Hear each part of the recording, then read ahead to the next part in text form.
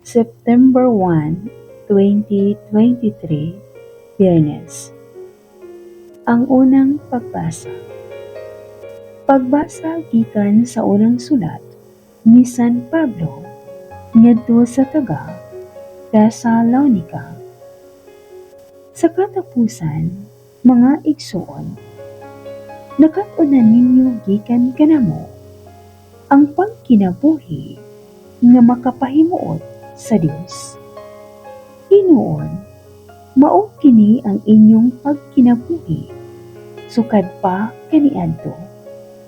Ug karon, sa ngalan sa Ginoong Hesus, naghangyo kami ug nag-awhag kaninyo sa pagkinabuhi ug labi pang makapahimuot sa Dios. Kay nasayran naman ninyo ang among mga pahimangno kaninyo sa ngalan sa Ginoong Hesus. Ang kabubuton sa Dios alang kaninyo mao nga magbalaan kamo ug maglikay sa pagpakighilawas.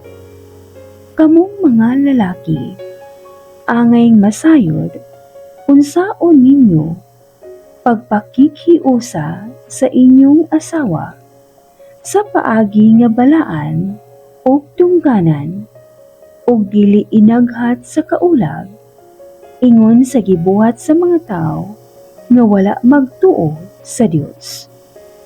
Pusa, ayaw ninyo panamas-tamasi ug yataki ang katungod sa inyong isig katao bahin niining mga butanga.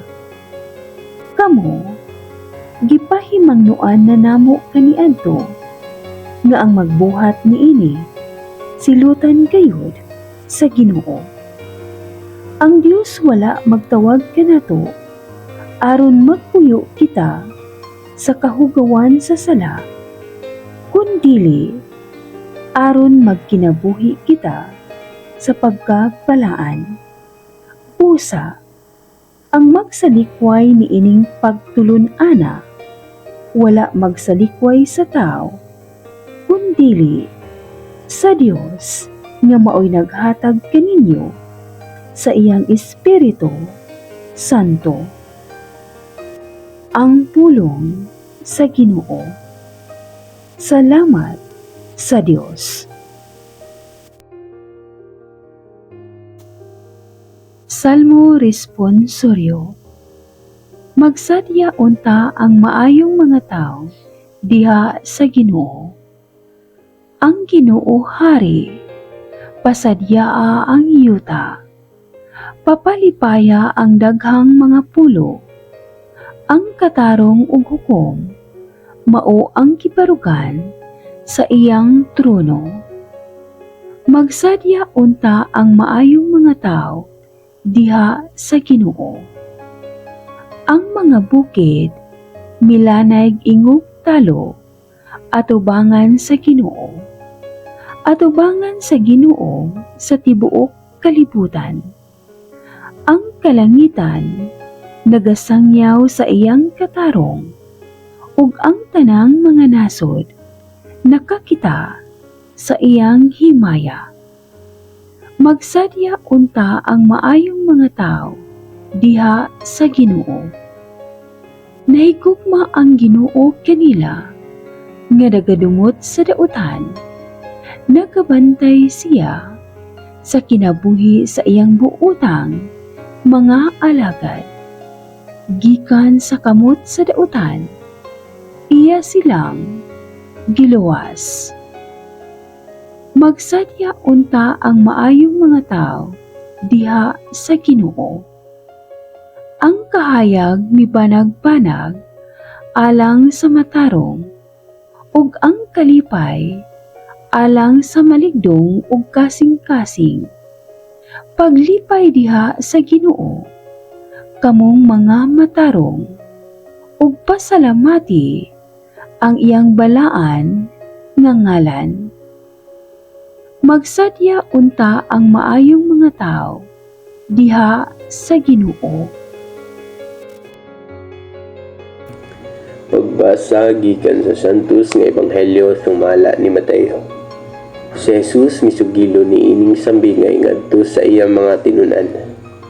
Niadtong adlaw sa gingharian sa langit may sama sa napulo ka dalaga nga nagdala sa ilang mga suga ug nanglakaw aron pagsugat sa pamanunon. Danghag ang 5 kanila ug maalamon ang laing 5. Ang mga danghag nagdala sa ilang mga suga panwala sila magtagana pagdalaglana nga igdudugang. Samtang ang mga maalamon nagdalag mga sudlanan nga punog lana uban sa ilang mga suga. Ang pamanunon nalangan pagabot, busa nagduka ug nakatulog ang mga dalaga. Tungang gabi nakadto sa dihang milanog ang usa ka singgit. Ania na ang pamanunon. Dali kamo ug sugata siya. Nang mata ang mga dalaga o giandam nila ang ilang mga suga. Unya ang mga danghag niingon sa mga maalamon, bahini kami jutay sa inyong lana, kay hapit na mga palong ang among mga suga. Apan ang mga maalamon mitubag, ayaw kay dili na paigo ang lana alang kaninyo ug kanamo. Lakat hinuon kamo sa tindahan ug palit kamo inyong magamit. Busa ang mga danghag nga dalaga milakaw aron pagpalit og lana. Ug sa wala na sila didto, miabot ang pamanunon. Ang 5 ka dalaga nga nakapangandam mikuyog kaniya pagsulod ngadto sa kumbira sa kasal ug isirhan ang pultahan. Unya miabot ang ubang mga dalaga ug gisampit sila. Sir, pasudla kami. Apan ang pamanunon mitubag, wala ako makaila kaninyo.